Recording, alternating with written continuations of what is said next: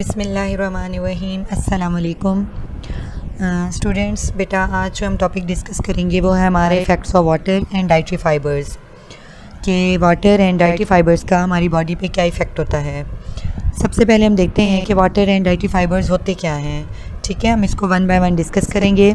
Water and dietary fibres are not considered as nutrients. ठीक है, ये न्यूट्रिएंट्स नहीं है। जिस तरह से हमने न्यूट्रिएंट्स पहले डिस्कस किए, हमारे कार्बोहाइड्रेट्स, विटामिन्स, मिनरल्स वगैरह, ये सारे क्या हैं, हमारे न्यूट्रिएंट्स नहीं हैं, लेकिन ये हमारी बॉडी में बहुत अहम फंक्शन, अहम रोल जो है प्ले करते हैं। ठीक है, अब हम देखते हैं, फ़र्स्ट डिस्कस करते हैं कि हमारी बॉडी में क्यों ज़रूरत होती है। फ़र्स्ट हमारा टॉपिक है वाटर। इसके अगर हम देखें, approximately 60% of the adult human body is composed of water. कि ह्यूमन बॉडी की अगर बात करें तो इसमें ह्यूमन बॉडी जो है 60%, एक बहुत बड़ा हिस्सा जो है 60% ह्यूमन बॉडी का किससे बना हुआ है, वो वाटर पे मुश्तमिल है, पानी पे मुश्तमिल है। नंबर 2 अगर हम इसका पॉइंट देखें, nearly all life sustaining chemical reactions require an aqueous environment. तो हमारी बॉडी में जितने भी केमिकल रिएक्शंस हो रहे होते हैं, केमिकल रिएक्शंस को बरकरार रखने के लिए जो उनको इन्वायरमेंट चाहिए, वो क्या ज़रूरत है, उसके लिए भी पानी ज़रूरी है। Number 3 water also function as the environment in which water soluble food stuff is absorbed in the intestine and the waste products are eliminated in urine. ठीक है, वाटर का एक अहम फंक्शन और क्या है कि ये क्या है, जो हमारे इंटेस्टाइन में से, ठीक है, इंटेस्टाइन में से जो वाटर सॉल्युबल फूड स्टफ़ है उसको क्या हो जाता है, एब्जॉर्ब हो जाते हैं। उसके अलावा जो वेस्ट प्रोडक्ट बचती हैं वो हमारी बॉडी में यूरिन के ज़रिए ये क्या हो जाती हैं, बॉडी से खारिज हो जाती हैं। Another essential role of water is to maintain body temperature through evaporation as in sweating। ठीक है, और क्या वाटर क्या करता है, हमारे बॉडी के टेम्परेचर को कंट्रोल करता है, मेंटेन रखता है। किस तरह मेंटेन रखता है कि हमारी बॉडी में से जब पसीना होता है, पसीना निकलता है, स्वेटिंग होती है, तो क्या होता है, हम देखते हैं कि पसीना होने के बाद हमारी बॉडी कूल होना स्टार्ट हो जाती है, तो हमारे बॉडी टेम्परेचर को भी मेंटेन रख रहा है। अगर हम देखें स्वेयर डिहाइड्रेशन हम कहते हैं लॉस ऑफ वाटर, यानी पानी का जिस्म से खारिज हो जाना या वैसे भी पानी की कमी हो जाना, इसको हम कहते हैं डिहाइड्रेशन। अगर डिहाइड्रेशन ज़्यादा हो जाए तो इसके नतीजे में क्या होगा, कार्डियोवैस्कुलर प्रॉब्लम्स, यानी जो हमारी हार्ट और उससे रिलेटेड जो हमारी ब्लड वेन्स हैं उससे ये भी प्रॉब्लम्स हो सकती हैं डिहाइड्रेशन की वजह से। The estimated water requirement of an average adult is 2 litre per day, यानी कि इन सब हमारे बॉडी फंक्शंस को मेंटेन रखने के लिए 2 लीटर पानी जो है एक दिन में अडल्ट को ज़रूरत होती है। और अगर हम सोर्सेज देखेंगे हमें पानी कहाँ से मिलता है, जाहिर सी बात है, एक तो हम प्योर वाटर पीते हैं डेली, और उसके अलावा नेचुरली ये किसमें, milk, juicy fruits and vegetables में भी पानी पाया जाता है। अब हम चलते हैं अपने नेक्स्ट टॉपिक की तरफ, जो कि है डाइटरी फाइबर्स। सबसे पहले हम देखेंगे कि डाइटरी फाइबर्स, जिस तरह हमने कहा कि ये न्यूट्रिएंट्स नहीं हैं, तो ये हमारी बॉडी में ज़रूरत भी हैं, और इनका फंक्शन क्या है। Dietary fibres also known as roughage. Dietary fibres को जो है हम रफेज भी कहते हैं। रफेज जो है यानी फ़ाइबर की तरह जो रेशेदार चीज़ होती है, हम उसको कहेंगे। Is the part of human food that is indigestible. अब डाइटरी फाइबर्स हैं क्या, डाइटरी फाइबर्स हमारी फूड का वो हिस्सा है, वो पार्ट हैं जो हमारी बॉडी में हज़म नहीं होते। ठीक है, हज़म नहीं होते और वो बॉडी से ऐसे ही क्या हो जाते हैं, एलिमिनेट हो जाते हैं। तो अगर हम देखें, जब ये हमारी बॉडी में डाइजेस्ट ही नहीं होते तो फिर ये हम इन्हें क्यों लेते हैं। It is found only in plant foods and it moves undigested through stomach and small intestine and into colon। क्या होता है कि हमारे जो प्लांट्स के थ्रू जो हम फूड लेते हैं, लाइक हम स्पिनिश की बात करें तो ये भी जो हम लेते हैं, इनमें जो रेशेदार चीज़ होती है उसको हम कहेंगे फाइबर्स। तो ये प्लांट्स के थ्रू जो हमारी फूड हमारी बॉडी में जाती है तो ये डाइजेस्ट नहीं होती, बल्कि स्टमक से फिर स्मॉल इंटेस्टाइन, छोटी आंत, और वहाँ से फिर कोलोन, जहाँ से ये हमारी बॉडी से रिलीज़ हो जाता है। ठीक है, अगर हम इसके टाइप्स की बात करें, डाइटरी फाइबर्स की जो है 2 टाइप्स होती हैं। एक को हम कहते हैं इनसॉल्युबल डाइटरी फाइबर्स, और एक हमारे पास होता है soluble dietary fibres. Insoluble dietary fibres की बात करें, इनसॉल्युबल वही बात कि ये क्या होते हैं, हमारे जिस्म में डाइजेस्ट नहीं होते, हल नहीं होते, तो ये क्या करते हैं, travels quickly through small intestine, तो ये हमारे स्मॉल इंटेस्टाइन में जल्दी से पास आउट हो जाती हैं। अब हमें ये मिलते कहाँ से, हमारी फूड में कौन से सोर्सेज हैं फूड के ज़रिए हमारी बॉडी में जाते हैं, तो इनके सोर्सेज हैं wheat bran, cereals, skin of many fruits and vegetables. तो बहुत सारे फ्रूट्स एंड वेजिटेबल्स ऐसे होते हैं जिनको हम स्किन के साथ ही ले रहे हैं, खा रहे हैं। इस तरह व्हीट ब्रेन जो हमारी गंदम, हम जब हार्ड आउटर लेयर होती है या जब हम आटा छाने तो उसमें से जो वाइट स्टफ सा होता है, तो वो सीरियल और स्किन ऑफ फ्रूट वेजिटेबल्स ये हमारी बॉडी में क्या है, डाइजेस्ट में इनसॉल्युबल हैं और ये स्मॉल इंटेस्टाइन में से जल्दी से पास आउट हो जाते हैं। नेक्स्ट हमारा है soluble dietary fibres. Soluble dietary fibres क्या करते हैं, इस वर्ड से ही पता चलता है कि क्या है, सॉल्युबल है हमारी बॉडी में, यानी इनकी ब्रेक डाउन होती है। Break down as it passes through alimentary canal. Alimentary canal यानी जब हमारे स्टमक इंटेस्टाइन में से जब ये गुजरती हैं तो वहाँ पे इसकी ब्रेक डाउन होती है। और ये हम लेते हैं इनको कहाँ से, इसकी सोर्सेज क्या हैं, इसके सोर्सेज हैं ओट, दलिया जो जौ का आटा, बीन्स और जो फलियाँदार होती हैं, बार्ली, जौ and many fruits and vegetables. ये सोर्सेज हैं जिनको हम सॉल्युबल डाइटरी फाइबर्स हम ले सकते हैं। अब हमें कह रहे हैं कि डाइटरी फाइबर्स जो हैं कुछ सॉल्युबल हैं, कुछ इनसॉल्युबल हैं, कुछ की ब्रेक डाउन होती है और कुछ की नहीं होती है, लेकिन ये हमारे इंटेस्टाइन में से पास आउट हो जाती हैं। और हमने इनको ये कहा कि ये अनडाइजेस्टेबल हैं। जब ये अनडाइजेस्टेबल हैं तो इनका हमारी बॉडी में फ़ंक्शन क्या है। अगर हम इनके फंक्शन की बात करें कि इनका फ़ायदा क्या हमारी बॉडी में, ये हमने इसकी देखी टाइप्स कि सॉल्युबल एंड इनसॉल्युबल। सॉल्युबल वो हैं जिनकी ब्रेक डाउन हो जाती है इंटेस्टाइन में, इनसॉल्युबल वो होंगे जिनकी ब्रेक डाउन नहीं होगी। ये हो गई इनकी टाइप्स।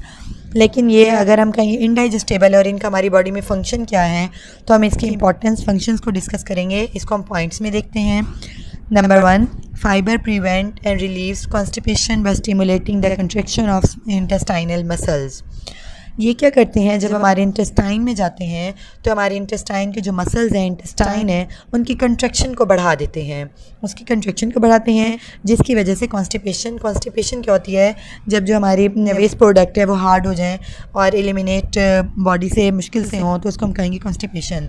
तो ये हमें उसे कॉन्स्टिपेशन से बचाता है और उससे हमें किस तरह बचाता है कि इंटेस्टाइनल मसल्स की कंट्रैक्शन को ये बढ़ा देता है। ठीक है, डाइटरी फाइबर का एक ये फंक्शन है। Next, avoiding constipation reduce the risk of many other disease. जब कॉन्स्टिपेशन नहीं होगी तो उसकी वजह से बहुत सी और डिजीज़ से भी हम बच सकते हैं और बहुत सी डिजीज़ रिड्यूस हो जाती हैं। Number 3, soluble fibres help in lowering blood cholesterol and sugar level.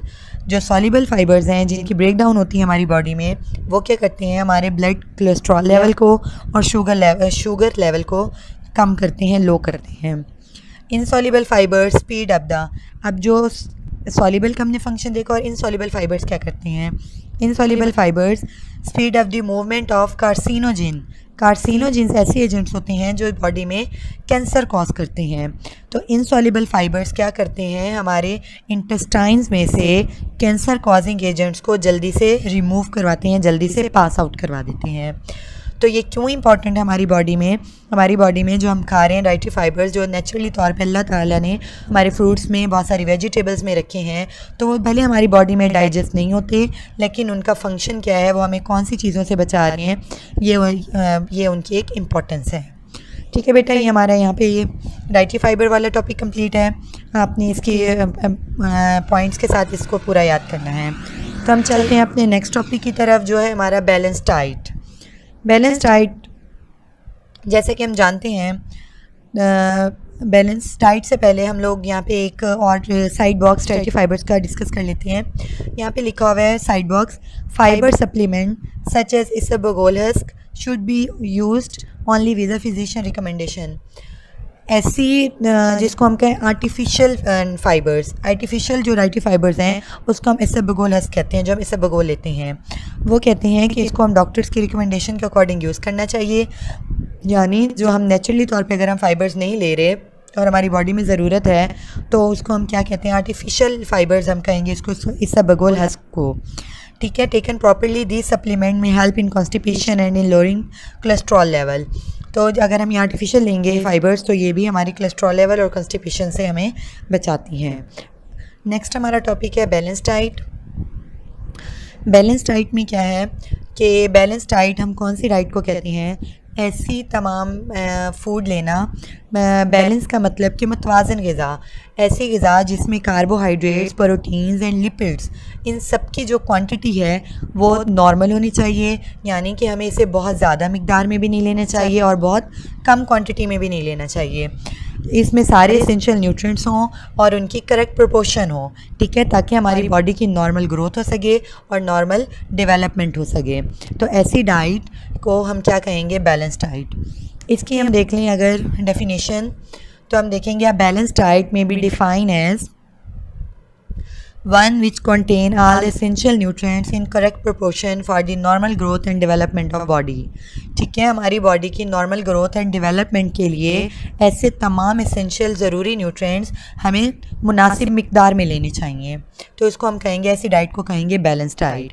Balance diet जो है उस वो किस चीज़ से रिलेटेड है?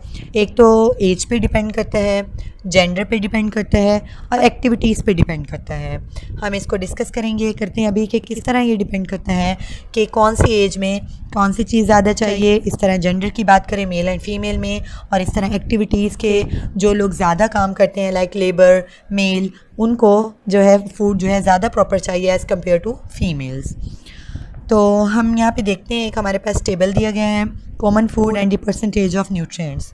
ये देखें हम कि ब्रेड की बात करें तो इसमें कार्बोहाइड्रेट 52%, लिपिड्स 3% एंड प्रोटीन्स जो हैं 9% है।